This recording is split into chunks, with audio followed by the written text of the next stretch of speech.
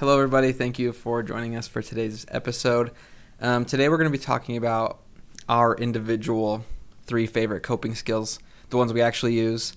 I think sometimes my clients probably assume that I do lots of these skills that I teach them, but just like them, there are certain ones I like and certain ones that work for me and certain ones that I don't.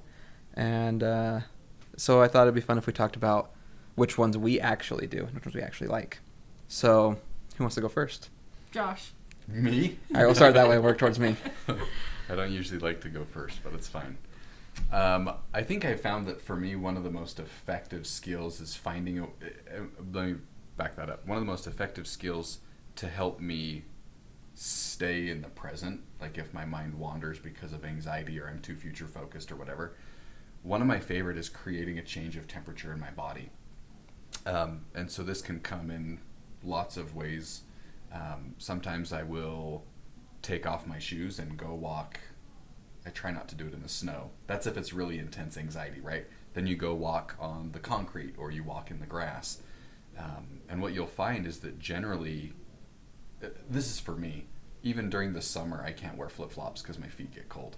But creating a change in temperature allows my brain to stay focused in the present moment rather than wander to all of the anxiety topics. In the mornings, first thing when I wake up, I'm not a cold shower person, but I do dunk my head in cold water from the bathtub. And I'll tell you what, it's a great way to wake myself up to go exercise, right? Because you're just awake because it's cold. I have been known a time or two to, even with my clients, do push-ups in my office. And I don't know if it's awesome that I get really hot after 20 push-ups, but I do. But it creates the temperature change for warm. But generally what I like to do is if I'm feeling anxious or stressed, I try and create cold within the body versus if I feel like I need to be more relaxed or more calm or finding serenity maybe, that's when I look at something that's more of a warm kind of thing. So for me, one of my favorites is temperature change. Is a warm blanket a coping skill? Because I can get behind that. Yeah, I totally would get down with an electric blanket. I like a big minky blanket. I can't, same, but it gets too hot if you sleep with it. That's true. So I love that. I guess at that point you're not coping. You're trying to sleep. At that point I'm turning the fan on to cope because I'm too hot. But yeah, you sit underneath a nice warm blanket for a little bit. I'm totally down for that. I like that one. I actually think that's a really great coping skill too. You have to say that. No, I actually really do like that one.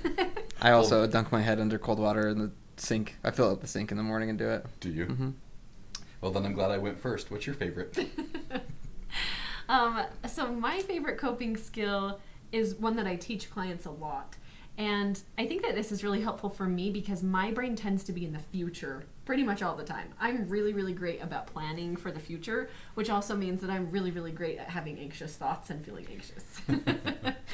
And so my favorite coping skill is orienting yourself to present time. So this means that this is a grounding skill. You stop, take a breath, notice where it is that you're sitting, what your surroundings are. You remind yourself things like, this is how old I am, this is what day of the week it is, this is where I'm at in my life, and bring everything right back into the present moment. This way I'm not thinking so much about the future. I remind myself, here I am, and I'm present right now, and I'm just thinking about the future. I don't actually exist in the future. I exist right now. And just taking some of those deep breaths and orienting myself to my space and time really helps me. Lots of times it will help me from stopping something like an overreaction. I'll be having an overreaction to something because I'm so in my head, and it will pull me back to where I am right now. Because usually right now, everything is okay. I mean, of course, there are a few moments in your life that you can't say that, but for the most part, in the present moment, everything is all right. And the reactions that we have are either due to thoughts and feelings about the past or the future, not about what's going on in the present. So this is the thing that I like to do the most. I feel like that's something that is probably something we generally do as all therapists. And I want to throw out the disclaimer, this takes practice to be good at. It does. Right? Because it is way hard to stay in the present moment when life feels so chaotic. but it's so important. So Right. if it takes a lot of practice, you're right there with the rest of us.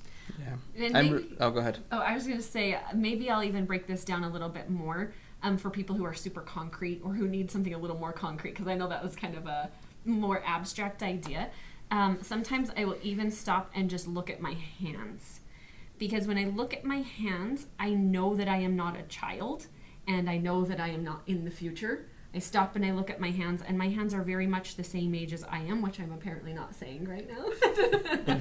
Right. But very much, I stop and I look at my hands, and that reminds me to be here in the present. I'm this age. I'm in this stage of life. Like that. Huh. I always get really good at this after I freak out, so I need to practice at like doing it first.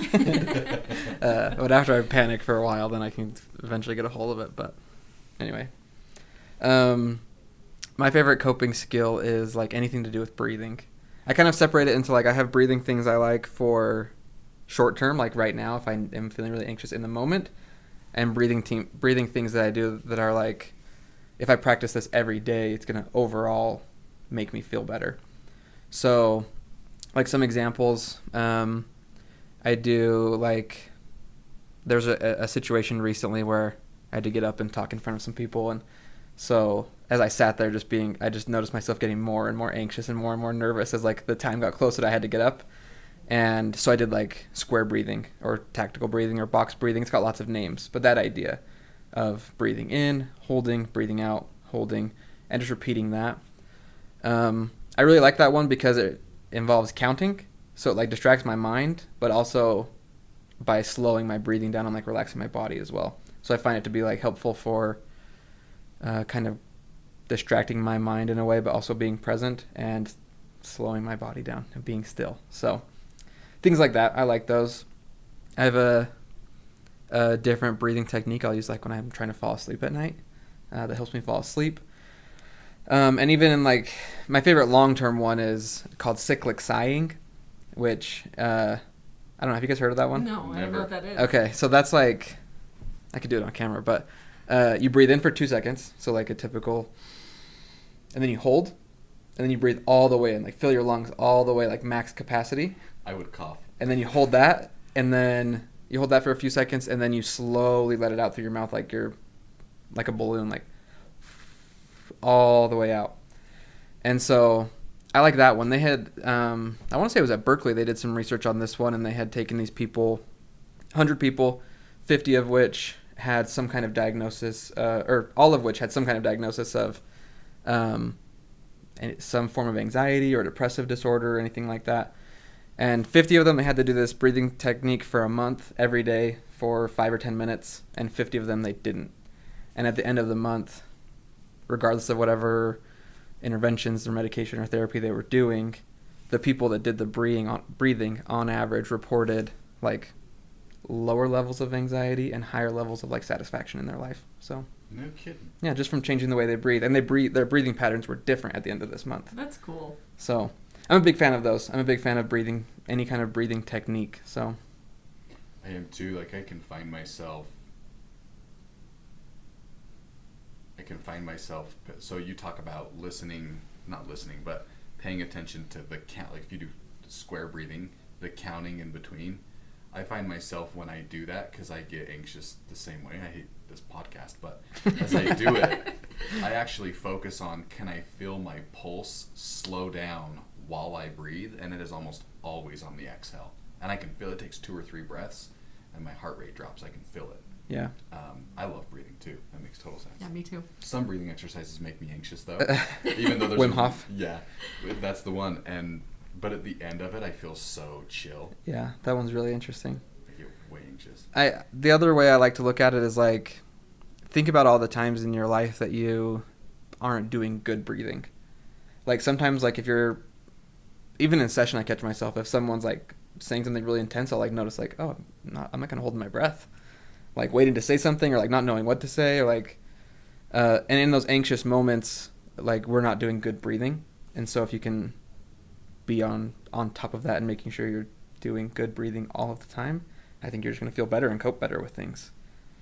As I'm sitting here, I notice I'm a very shallow breather, just like at my normal rate.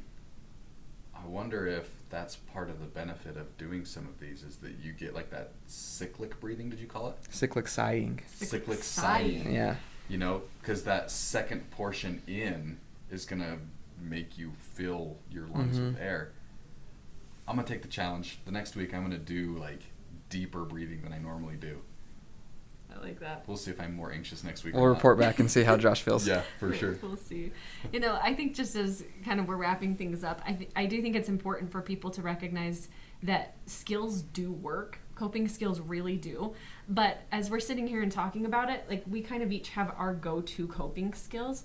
We don't need 10 million of them. You just need a couple of good ones that work for you, that you practice and get better and better at. I think that's the most important thing. So these are our 3 favorites, but as long as you have something that you practice regularly, it can help you. Yeah, I like that. Well, thank you for watching or listening or however you found us today. We'd love to talk to you in the comments, hear about your favorite coping skills or any questions you have for future videos. But thanks for watching, like and subscribe, and we'll see you on the next one. Thanks. See you next week.